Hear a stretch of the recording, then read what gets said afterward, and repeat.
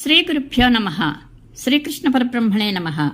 శ్రీమద్భాగవత మహాపురాణం నందలి దశమస్కంధములోని పూర్వార్థమునందు 35వ అధ్యాయము ప్రారంభము. శ్రీశుకుడు పరీక్షిన్ మహారాజుతో చెప్పెను. పరీక్షిన్ మహారాజా, శ్రీకృష్ణుడు ఆవులను మేపుటకై వనమునకు వెళ్ళుచున్నప్పుడు ఆయన వెంట గోపికల చిత్తం కూడా వెళ్ళిపోయేది.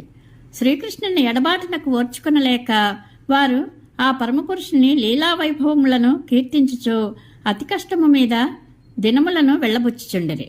గోపికలు పరస్పరము ఇట్లనుకొనిరి, చెలులారా, శ్రీకృష్ణ ప్రభువు తనను సేవించి వారికి ప్రేమానురాగములను పంచి ఇచ్చేడి మహాత్ముడు. అంతేకాదు, ఆ పురుషోత్తముడు తనను ద్వేషించి వారికి మోక్షమును ప్రసాదించుచుండెడి ఉదారుడు. ఆ స్వామి తన ఎడమ చేతిపై ఎడమ చెక్కిలిని ఆనించి చూడముచ్చట గొలిపెడి కనుబొమ్మలను విలాసముగా త్రిప్పుచు అధరముపై మురళిని చేర్చి సుకుమారములైన తన వ్రేళ్లను వేణురంధ్రములపై ఒయ్యారముగా కదుల్చుచు మధురముగా గానము చేయుచుండెడివాడు. ఆ సమయమున ఆకాశమున విమానములలో తమ భర్తలతో కూడి విహరించుచుండెడి సిద్ధాంగనలు ఆ గానమాధుర్యము చెవులు సోకినంతనే ఆశ్చర్యపడుచు మైమర్చిపోవుచుండిరి. పతులు ప్రక్కనే ఇండుట వలన తమ పారవస్యములకు బిడియపడుచుండిరి. అంతటా తమ చిత్తములు ఆ ప్రభువును చేరుకొను ఇచ్ఛకు లోనొకటచే వారు తమ నీవిబంధములు సడలిపోవచ్చున్న సంగతినే ఎరుంగక మోహమున మునుగుచుండిరి. అబలలారా, ఆశ్చర్యకరమైన ఈ విషయమును వినుడు. ఆ స్వామి దరహాసకాంతులు హారముల వల్లే విలసిల్లుచు ఆహ్లాదకరముగా నుండును. ఆ శ్యామసుందరుని వక్షస్థలమున భాసిల్లెడే శ్రీవత్స శోభలు నల్లని మేఘముపై కాంతులీనుచుండెడి మెరుపు తీగల వలె తేజరిల్లుచుండును. ఆ ప్రభువు యొక్క వేణునాద మధురిమలు ఆర్తజనులకు హాయిని గూర్చుచుండును. అచట గుంపులు గుంపులుగానున్న వృషభములు, గోవులు, మృగములు శ్రావ్యమైన ఆ మురళీరవములను చెవులప్పగించి వినుచు మైమర్చిపోవుచుండును. ఆ స్థితిలో అవి నోటగర్చుకొని ఉన్న గడ్డి పరకలను నమలటయే మర్చిపోవచుండును. నిక్కపడుచుకుని ఉన్న చెవులతో ఒప్పిడి ఆ జంతువులు నిద్రించుచున్నవా లేక చిత్రకారుడు రాసిన చిత్తరువా అన్నట్లు అలరార్చుండును. ఓ సఖి, నందయశోదల ముద్దుల పట్టి అయిన శ్రీకృష్ణుడు శిరస్సుపై నెమలిపించములను ముంగుర్లపై పూలగుత్తులను ధరించి సర్వాంగములయందును గైర్కాది ధాతు లేపనములతోనూ నవపల్లవములతోనూ అలంకృతుడై ఒక మల్లయోధుని వల్లే ఒప్పుచుండును. అట్టి తరి ఆ స్వామి బలరామునితోనూ గోపాలుడితోనూ కూడి తన వేణుగానము ద్వారా గోవులను పేరునను ఆహ్వానించుండును. ఆ సమయమున అచేతనములైన నదులు సైతము ఆ మురళీరవ మాధుర్యములను ఆస్వాదించుచు ఆగిపోవచుండును. మరియును పవిత్రములైన ఆ ప్రభు యొక్క పాదధూళులు గాలులకు కొట్టుకుని వచ్చి తమకు స్పర్శభాగ్యమును కలిగించునని ఆశపడుచుండును సుమా. కాని ఆ నదులు కూడా మనవలే అల్పభాగ్యము గలవై ఉన్నట్లు తోచుచున్నది. అట్లే నదుల యొక్క తరంగములండి భుజములు కదులుచున్నను అవి ప్రేమవశమున నిశ్చలముగా ఉండిపోవును. లక్ష్మీదేవితో కూడి సంతోషముతోనున్న శ్రీ మహావిష్ణువు యొక్క పరాక్రమ వైభవములను దేవతలు కీర్తించుచుందరు.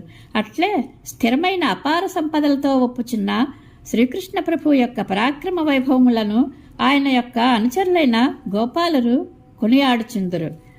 వనమునందు సంచరించుచున్న శ్రీకృష్ణుడు గోవర్ధనగిరి పరిసరములయందు మేయిచున్న గోవులను తన వేణునాదము ద్వారా పేరున పిలుచుచుండును. ఆ సమయమున వనమున వృక్షములు పుష్పఫల భరితములై ఉండును. వాటి బరువుచే ఆ చెట్ల కొమ్మలు తలలు వంచి శ్రీకృష్ణునకు ప్రణమిల్లుచున్నవా అననట్లు భూమిని తాకుచుండును. సర్వవ్యాపకుడైన శ్రీ మహావిష్ణువు తమలో ఉన్నట్లు ప్రకటించుచు అవి ప్రేమానురాగములతో పొంగిపోవచ్చు ఆ పరమాత్మనకు మకరందధారలను అర్పించుచుండును. నిజముగా వాటి భాగ్యమే భాగ్యము. స్థావరములు సైతము శ్రీకృష్ణుని మధురగానమునకు పరమానందమును పొందుచుండుట విచిత్ర విషయము కదా. ఓ సఖి, శ్రీకృష్ణుడు సౌందర్యనిధి. అందగాళ్లలో మేటి అందగాడైన ఆ స్వామి ధరించిన వనమాలయందలి తులసీదళ దివ్య పరిమళములకు ఆకర్షితములై వాటి మకరందములను ఆస్వాదించి తుమ్మెదలు మత్తిల్లియుండును. వాటి అద్భుత ఝంకారములను ఆదరించుచు ఆ ప్రభువు వేణువును తన అధరమున చేర్చి వాటి నాదమున తన గానమును మేళవించుచు ఆనందించుచుండును. అప్పుడు సరస్సునందలి సారసములు, హంసలు మొదలగు పక్షులు మనోహరమైన ఆ మురళీరవములకు మైమరిచిపోవచుండును. మరియు అవి ఆ పురుషోత్తముని సమీపించి కనులు మూసుకొని మౌనముగా ఏకాగ్ర చిత్తముతో ఆయనను సేవించుచుండును. ఇది ఎంతటి అద్భుత విషయము కదా! ఓ సఖి, పువ్వులను శ్రవణాభరణములుగా ధరించి శోభిల్లుచున్న శ్రీకృష్ణుడు బలరామునితో కూడి ఉన్నవాడై గోవర్ధనగిరి సానువుల యందు నిలిచి తన వేణుగానముతో విశ్వమునే పులకింపచేయుచుండును. ఆ ప్రభువు మిక్కిలి హర్షముతో తన వేణుగానము ద్వారా ఆనందింపచేయుచు విశ్వమునంతయును కౌగిలించుకొనిచుండును. ఆ సమయమున మేఘము తన సఖుడైన శ్రీకృష్ణుని యొక్క వేణురవము కంటెను బిగ్గరగా ధ్వని చేసినచో ఆ స్వామిని అతిక్రమించినట్లు అగుననియో అట్లనర్చుట అపరాధమనియో భావించుచు అది చిన్న చిన్నగా ఆయన స్వరమున తన రవమును మేళవించుచు గర్జించుచుండును. అంతేగాక మేఘము తన సుహృదుడైన ఆ ప్రభువునకు సూర్యకిరణ తాపము తాకుకుండునట్లు తన నీడయను గొడుగును పట్టుచుండును. ఇంకను తన వర్షబిందువులనడి పువ్వులను ఆయనపై చల్లుచుండును. సాధ్వీలలామా, యశోదాదేవి, నీ చిన్న కుమారుడు గోపబాలులతో కూడి ఆటలాడటలా మేటి. అతడు ఇతరుల వద్ద అభ్యసింపకున్నను తనలో సహజముగానున్న గాన కౌశలంచే వివిధ రాగములను ఆలపించుచుండును. దొండపండు వంటి తన అధరముపై వేణువును ఉంచి మంద్ర, మధ్యమ, తారస్థాయిలలో గానాలాపన చేయుచుండును. క్రమక్రమముగా కొనసాగుచున్న ఆ వేణుగాన మాధుర్యమును ఆస్వాదించిన పరమశివుడు, బ్రహ్మ, ఇంద్రుడు మొదలగు దేవతలు సంగీత నిపుణులే అయినను ఆ గానకళా వైభవములను వర్ణింపజాలకుందరు. అంతటా వారు అవనతముఖులై ఇంతటి మాధుర్య రసామృతముతో నిండిన గానము వినిపించడు ఈ తత్వము ఏమయ్యుండునో అని వ్యామోహమునకు గురి అయి అబ్బురపడుచుండిరి. ఓ చెలియా, పద్మదళముల వలె మృదు మనోహరములైన శ్రీకృష్ణుని పాదములందు ధ్వజము, వజ్రము, కమలము, అంకుశము మొదలగు విచిత్ర చిహ్నములు అలరార్చుండును. వ్రజభూమి అంతయు గోవుల గిట్టలతో త్రక్కబడి గుంతలు గుంతలుగా నిండును. ఆ స్థితిలో సుకుమారములైన తన చరణములకు నొప్పి కలుగకుండా ఆ స్వామి గజము వల్లే తిన్నగా నడుచుచు మనోజ్ఞముగా వేణువును ఊదుచుండును. ఆ ప్రభువు యొక్క మురళీనాథ మధురిములను, విలాస వీక్షణములను, సుందర గమనములను స్మరించుకొనుచు మన హృదయములు ప్రేమార్ద్రములొచ్చుండును. ఆ పరమపురుషుని పొందునకై ఆకాంక్షించుచు మనము వృక్షముల వలె చేష్టలుడిగి ఉందుము. ఆ తన్మయత్వంలో మన కొప్పులు జారిపోవచుండట గాని, వస్త్రముల ముడులు సడలిపోవచుండట గాని మనకు తెలియరాకుండును. ఓ సఖి, ఆ మహాత్ముని కంఠసీమను అలంకరించిన మణిమాల నిగనిగలు అద్భుతములు. ఆ స్వామి నిరంతరము ధరించుచుండెడే తులసీమాల పరిమళములు అపూర్వములు. శ్రీకృష్ణుడు మణిమాల ద్వారా ఆవులను లెక్కించుచు ఒక ప్రియసఖుని భుజముపై చేయి వేసి మురళీగానము వనర్చుచుండెను. ఆ వేణుగాన మధురిమలకు ఆకర్షితములైన నల్లని జిక్కలు కృష్ణునిపై మరులుకొని తమ ఇండ్లు వాకిళ్లనే మరచివచ్చడి గోపికల వలె పరుగు పరుగున శ్రీకృష్ణుని చేర్చుండెడివి. అవి గుణసాగరుడైన ఆ ప్రభువును తదేక దృష్టితో దర్శించుటలో మునిగి మరలి వెళ్ళేటి విషయమునే మర్చిపోవచుండెడివి. యశోదమ్మ, నీ భాగ్యమే భాగ్యము. శ్రీకృష్ణుడు నీకు శుద్ధుడగుట నీవు ఆచరించిన పెక్కు నోముల ఫలము. ఆయన మనస్సు మిగుల శుతిమత్తనది. ఆ స్వామి నిరంతరము తన పరిహాస వచనములతో ప్రియమిత్రులకు హాయిని గొల్పుచుండును. మల్లెపూల మాలలను ధరించుటయందు ఆయనకు గల కుతూహలము మెండైనది. అతడు గోపాలులతో గోవులతో కూడి యమునా నదీ తీరమునందు విహరించుచుండెడివాడు. ఆ సమయమున మలయపర్వతమునందలి చందన వృక్షముల మీదుగా వీచుచూ వచ్చుచున్న మందమారుతములు చల్లని సుఖస్పర్శలతో సుగంధముల గుబాళింపులతో ఆయనను సమ్మానించుచుండును.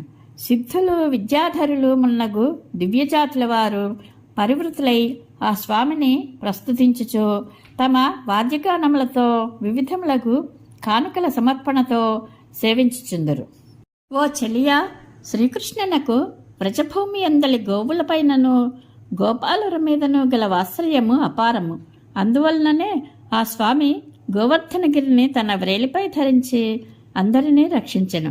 అతడు ఈ సాయం సమయమున అనుచరులెల్లరూ తన వేణుగాన వైభవములను ప్రశంసించుండగా గోవులను అన్నింటినీ ఒకచోట చేర్చి వాటిని తోలుకొంచు గృహోన్ముఖుడై బయలుదేరియే ఉండవచ్చును.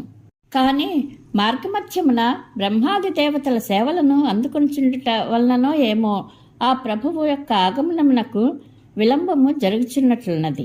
సఖులారా, ఇదిగో అతడు రానే వచ్చెను. అతని దర్శనమునకై తహతహలాడుచున్న మనకు నేత్రోత్సవమును కలిగించుటకై వచ్చుచునే ఉన్నాడు. దినమంతయును వనమునందు తిరిగియుండుట వలన మిగుల దసిపోయి ఉన్నట్లున్నాడు.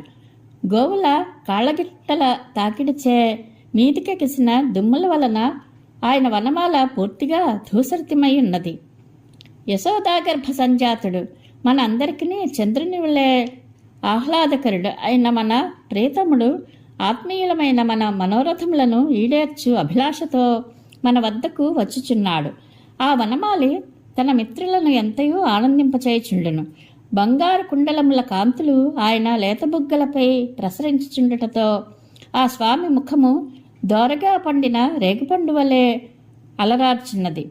పూదేనెలను ఆస్వాదించి ఉండుటచే కాబోలు మత్తిల్లిన కనులతో ఆ ప్రభువు కొంచెముగా తూలిపోవుచున్నాడు.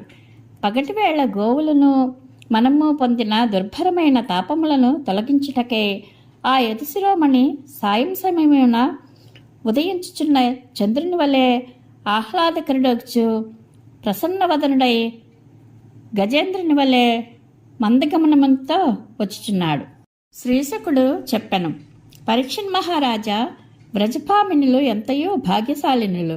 ఏలనన వారి మనస్సులు సర్వదా ఆ యదుశ్రోమణి మీదనే లగ్నమయ్యుండును. వారి అంతఃకరణములయందు ఆ పరమపురుషుడే మెదల్చుండును. ఇంతెందులకు వారికి శ్రీకృష్ణుడే జీవితము. కృష్ణ భగవానుడు పగటివేళలయందు గోవులను మేపుటకై వనమునకు వెళ్ళినప్పుడు వారు ఆ ప్రభువునే తలంచుకొనుచు ఆ స్వామి యొక్క మధుర లీలలోనే ప్రస్తుతించుచు ఆనందమున ఓలలాడుచుందురు.